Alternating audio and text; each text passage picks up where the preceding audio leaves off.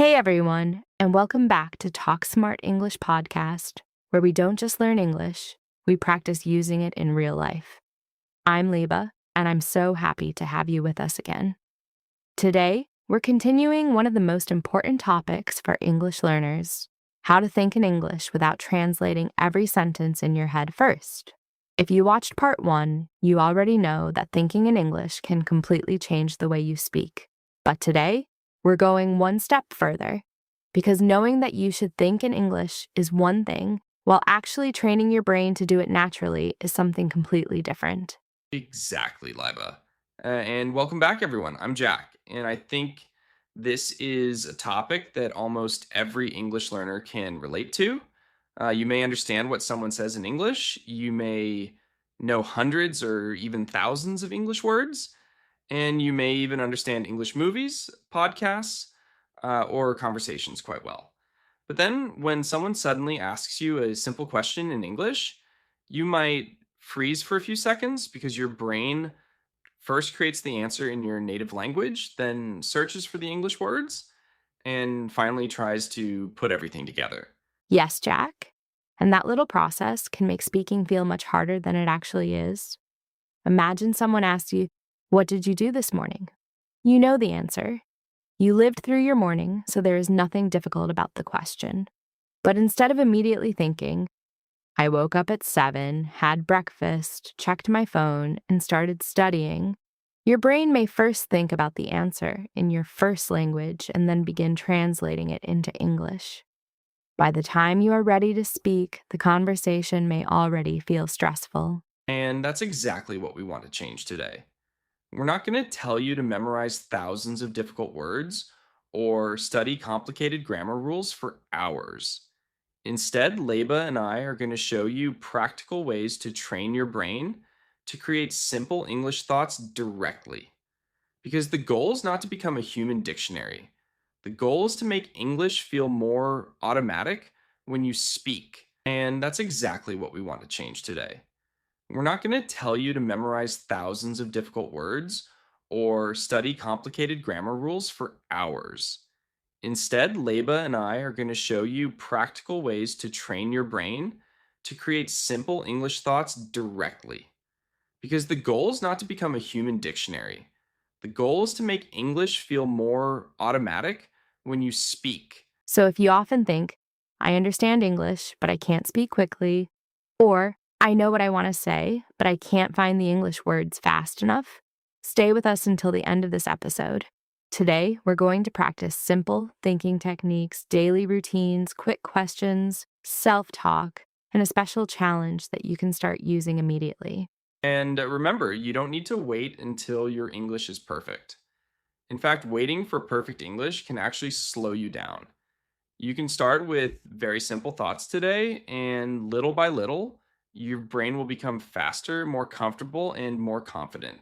So grab your headphones, get comfortable, and most importantly, don't just listen to this episode. Think along with us in English. Exactly. Let's train your brain, reduce translation, and make English a natural part of your everyday life. Let's get started with how to think in English, part 2. Jack, before we talk about how to stop translating in our heads, I think we should first understand why we do it in the first place. Because sometimes English learners become frustrated with themselves and think, why am I still translating? I have been studying English for years. But honestly, I think this is a very normal stage in language learning. So, Jack, why does our brain automatically translate instead of simply thinking in English? That's a really important question, Liba. The simple answer is that your brain naturally chooses the language that feels easiest and most familiar. If you have spent most of your life thinking, feeling, planning, remembering, and solving problems in your first language, then your brain has built incredibly strong connections in that language. So when you want to express an idea, your brain automatically creates that idea in the language it knows best. Then, because you're learning English, your brain tries to convert that idea into English. So basically, translation is not necessarily a sign that someone has bad English. It can simply mean that their first language is still the main language their brain uses for thinking. Exactly. And that is something I really want our listeners to understand. If you translate in your head, don't immediately say, my English is terrible. That is not the right conclusion. It simply means that your brain has practiced one system for a very long time, and now you are asking it to build another system. Think about it like creating a new road. Your first language is a huge, well developed highway that your brain can travel on very quickly. English, however, might still feel like a small road with a few bumps and turns. The more you use that road, the stronger and faster it becomes. I love that example because it explains something many learners experience. They may know the vocabulary, they may understand the grammar, they may even know exactly what they want to say. But when they have to speak, there is a delay. Their brain is almost doing three jobs at the same time. First, creating the idea in their native language. Second, translating the idea into English. And third, checking whether the English sentence is grammatically correct. Yes, and that is a lot of mental work. Imagine someone asks you, what are you going to do this weekend? Instead of immediately thinking in English, your brain might first create the idea in your native language, then search for the English equivalent of every important word, then arrange those words into the correct sentence, and finally check whether your grammar sounds right. That's why a simple question can sometimes feel surprisingly difficult. And another problem is that many learners are afraid of making mistakes. They think they have to create a perfect sentence before they open their mouth. So they are not only translating, they are also judging themselves while they are trying to speak. That's exactly right. And this is where we need to change our mindset. If your goal is to think directly in English, you cannot constantly stop yourself and ask, is this sentence perfect? Is this the correct tense? Did I use the right preposition? What if someone notices my mistake? When you do that, your brain becomes slower and more nervous. So instead of trying to translate every single thought perfectly, we should start creating smaller and simpler thoughts directly in English. Yes, and this is one of the biggest secrets. You don't have to start by thinking about complicated subjects such as politics, economics, philosophy, or scientific ideas. Start with the English that already exists in your everyday life. Think, I'm hungry. I need coffee. Where are my keys? I'm running late. I need to charge my phone. I have to finish this work. These thoughts are simple, but they are extremely powerful because they happen naturally in your daily life. Jack, I think our listeners have learned a lot today. But now we need to turn everything we've discussed into something practical. Because it's easy to listen to a podcast, feel motivated for 10 minutes, and then go back to your normal routine without actually practicing. So I think we should give everyone a simple challenge that they can start today. Absolutely, Liba. And I want to make this challenge realistic. We're not going to tell you to study English for 5 hours a day or memorize hundreds of new words. Instead, we're going to give you a 7-day Think in English challenge. And every day we'll have one simple goal. I love that. So if you're listening right now, grab your phone or a notebook and write down these 7 days. You don't need to be perfect, you just need to practice consistently.